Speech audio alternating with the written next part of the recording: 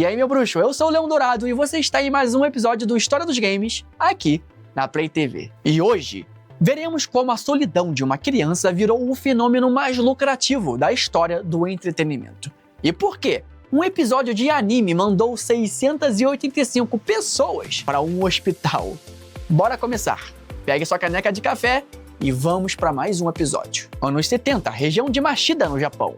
Entre área rural e construção urbana crescendo, Satoshi Tajiri nasceu em 28 de agosto de 65 em Machida, uma cidade nos arredores de Tóquio, filho de um vendedor de carros e de uma dona de casa. Descrito pelos amigos como excêntrico, solitário e difícil de entender. O tipo de criança que não tem muitos amigos, mas não parece se importar com isso, porque está ocupado demais com seus próprios mundos. E o mundo favorito de Tajiri era a floresta, porque a mãe não deixava ter um animal de estimação em casa. Então ele saía todo dia para a floresta perto de casa e ficava horas caçando insetos. Besouros, aranhas, larvas, formigas e até grilos. Simplesmente qualquer coisa viva que ele pudesse capturar, colocar num pote e observar. Ele tinha seus favoritos. Chegou a criar um apelido no bairro, o Doutor Inseto. Nenhuma outra criança queria brincar desse jeito, mas Tajiri não precisava de companhia. Ele tinha os seus insetos e a cidade cresceu. Machida, nos anos 70, virou um canteiro de obras. As florestas foram dando lugar a estacionamentos, condomínios, lojas. Os lagos onde ele caçava girinos secaram ou viraram concreto, um por um. Os lugares onde o Tajiri passava os dias desapareceram. Mais tarde, em entrevistas, ele descreveu isso como uma perda, como se a infância inteira tivesse sido derrubada. E foi aí que nasceu a ideia que valeria 150 bilhões de dólares. Dar para as crianças de hoje uma forma de viver o que ele viveu. Mesmo sem floresta, mesmo sem insetos de verdade. Mas isso ainda ia levar mais uns 20 anos. Então, fique até o final para conhecer. Quando as florestas acabaram, o Tajiri precisou de um novo mundo para se perder. E ele encontrou isso nos fliperamas. No início dos anos 80, os arcades japoneses eram praticamente templos. Você entrava, o mundo lá fora sumia e você ficava ali, horas jogando Space Invaders, Pac-Man, Donkey Kong. Era o tipo de entretenimento que consumia tempo de forma assustadora. E a maioria dos pais, obviamente, odiava. E Tajiri entrou nesse mundo e não saiu mais.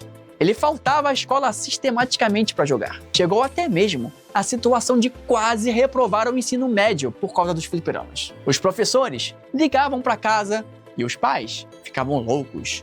Mas não adiantava. Quando ele finalmente comprou um Famicom, ele não ficou simplesmente jogando. Ele desmontou o videogame para ver como funcionava por dentro. Assim como qualquer criança curiosa, ele queria entender a mecânica. Queria saber como uma imagem de tela obedecia ao controle. Com apenas 17 anos, enquanto a maioria dos adolescentes estava tentando passar de ano, o Tajiri lançou uma fanzine chamada Game Freak. Você sabe muito bem da onde que veio esse nome. Uma revista escrita à mão e grampeada que falava sobre jogos de arcade. Sem patrocinador, sem empresa, apenas ele e seu sonho. Ele mesmo escrevia, desenhada e vendia em lojinhas de doujinshi. A revista ficou tão boa que virou referência entre os gamers japoneses. E foi através dela que ele conheceu o cara que desenharia os primeiros Pokémon da história, Ken Sugimori. Um cara que quase reprovou porque ficava no fliperama.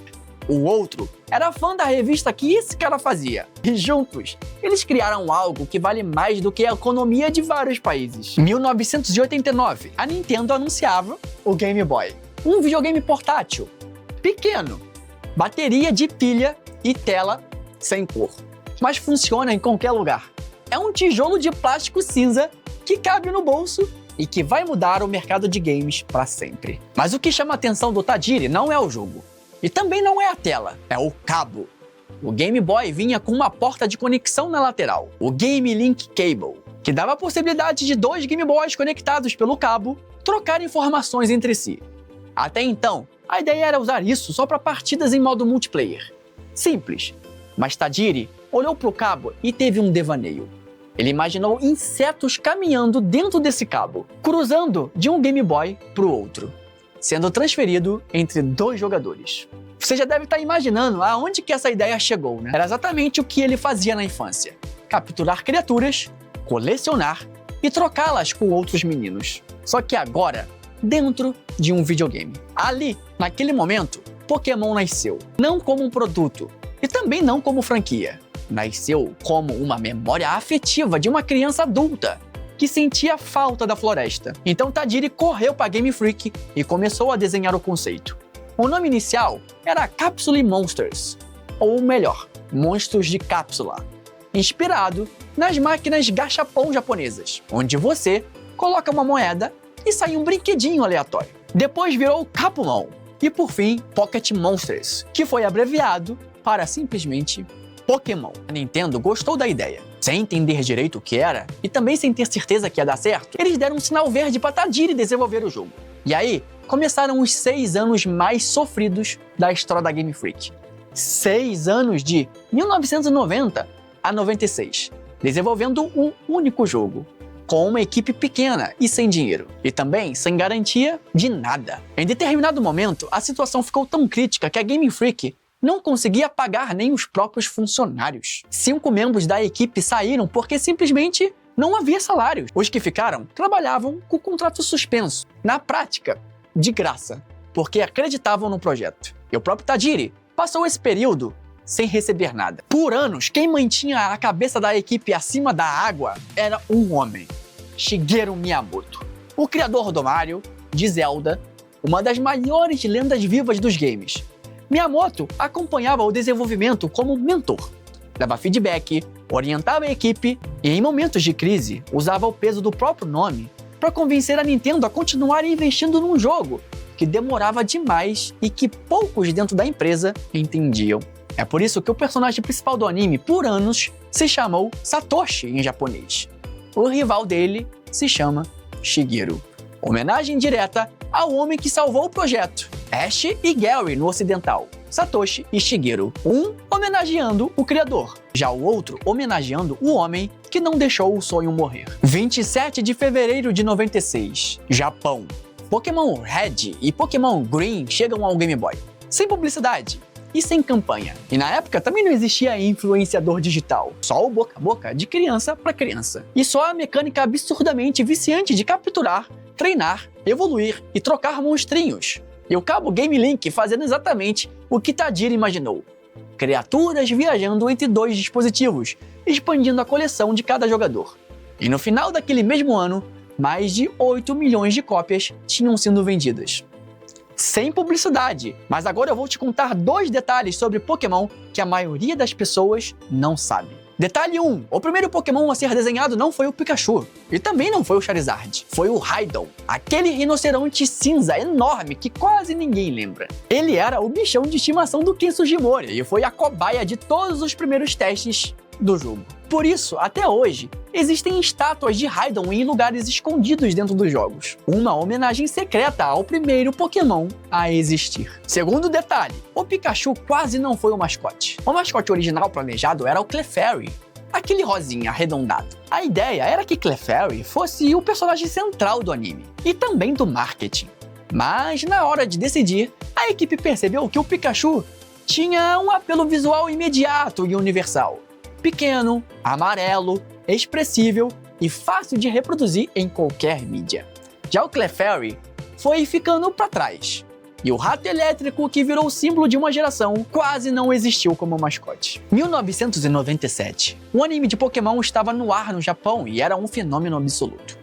Mais de 4 milhões de lares assistindo todo o episódio. Só que em 16 de dezembro de 97, mas especificamente no episódio 38, intitulado O Soldado Elétrico Porygon, Ash e seus amigos entram num mundo digital para resgatar o Pokémon. Até então, um episódio normal e uma aventura normal. Até que Pikachu usa o raio para destruir uns mísseis. E a explosão é animada com um efeito visual chamado Paca-Paca. Luzes vermelhas piscando em tela cheia em alta velocidade por vários segundos.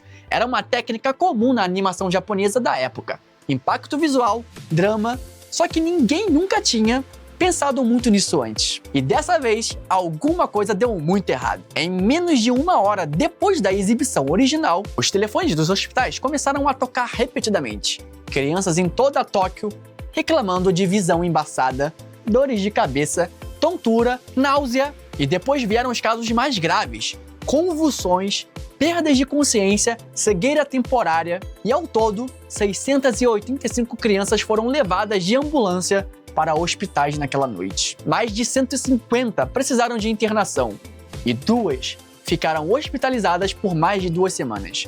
E sabe qual foi o pior? Quando os telejornais foram noticiar o fato, eles mostraram o trecho do episódio. Exatamente o trecho com as luzes piscando. E mais crianças que assistiram ao noticiário tiveram os mesmos sintomas. Cara, que doideira. O Pokémon mandou crianças pro hospital e o jornal que foi noticiar mandou mais crianças pro hospital. Resultado? A Nintendo caiu 5% na bolsa num único dia. E o anime ficou fora do ar por 4 meses. E todos os 37 episódios anteriores foram revisados para remover qualquer flash simular. E o Porygon, coitado. O coitado do Porygon foi o bode expiatório de tudo. O personagem foi banido do anime para sempre, nunca mais apareceu. Suas evoluções, Porygon 2 e Porygon Z, também nunca apareceram. Até hoje, o personagem é uma persona não grata. E quem causou o episódio foi o Pikachu. O Pikachu usou o raio, o Pikachu que criou o Flash. E o Pikachu se saiu ileso. Já o Porygon não teve tanta sorte assim. Até o Twitter oficial de Pokémon em 2020 postou: Porygon não fez nada de errado. 23 anos depois, a franquia admitiu que perseguiu o personagem errado. A franquia cresceu, diversificou, virou jogo de cartas e até filme, tendo merchandising de tudo que é tipo. Mas em 2016 aconteceu algo que ninguém esperava. A Niantic, uma desenvolvedora de jogos voltadas para celular, lançou o Pokémon GO. E aí, o Tajiri ganhou, postumamente, o que ele sempre quis: crianças e adultos saindo de casa para caçar criaturas. Pokémon GO misturou realidade aumentada com GPS e mandou, literalmente, o mundo pra rua. E em um único mês, 100 milhões. Parques que estavam vazios encheram, bairros inteiros com pessoas caminhando com o celular às 3 da manhã. E pessoas que não se falavam há anos se encontrando numa praça porque os dois foram lá, simplesmente para pegar um Snorlax. E aqui o detalhe que fecha tudo: o Tajiri passou a infância vendo as florestas onde caçava insetos sendo substituídas por cidades. E décadas depois, o jogo que nasceu dessa saudade fez exatamente o contrário. Tirou as pessoas de dentro dos prédios e jogou de volta para a rua. A floresta pode não ter voltado, mas as criaturas sim retornaram. Só que agora, no celular de todo mundo. Satoshi Tajiri hoje é um homem recluso. Raramente dá entrevistas. E raramente também aparece em público. Mal vai aos eventos da própria franquia. E recentemente ele foi diagnosticado como pertencente do espectro autista. Uma condição que explica muito da sua infância solitária, da hiperfocação nos insetos e na dificuldade de interação social. Mas ao mesmo tempo, da capacidade absurda de se aprofundar tão longe em um projeto por 6 anos e sem desistir. O homem que criou a maior franquia de entretenimento da história do planeta não gosta de aparecer. Talvez a beleza de tudo seja que o Pokémon não foi criado por um empresário e também não por uma multinacional com pesquisa de mercado e grupo focal. Ele foi criado por um menino que não tinha amigos, que a mãe não deixava ter animal de estimação e que catava inseto em um pote e que também quase reprovou por causa de um fliperama, mas que ficou 6 anos sem um salário, acreditando apenas no seu sonho maluco que ninguém entendia. Mas agora eu te pergunto, qual é o seu Pokémon favorito? Embora eu goste muito do Lucario, a blusa que eu estou usando, o meu favorito é o Psyduck. Mas me responda você, nas redes da Play TV, qual é o seu Pokémon favorito? Eu sou o Leão Dourado e esse foi mais um episódio de História dos Games aqui na Play TV. Te vejo no próximo.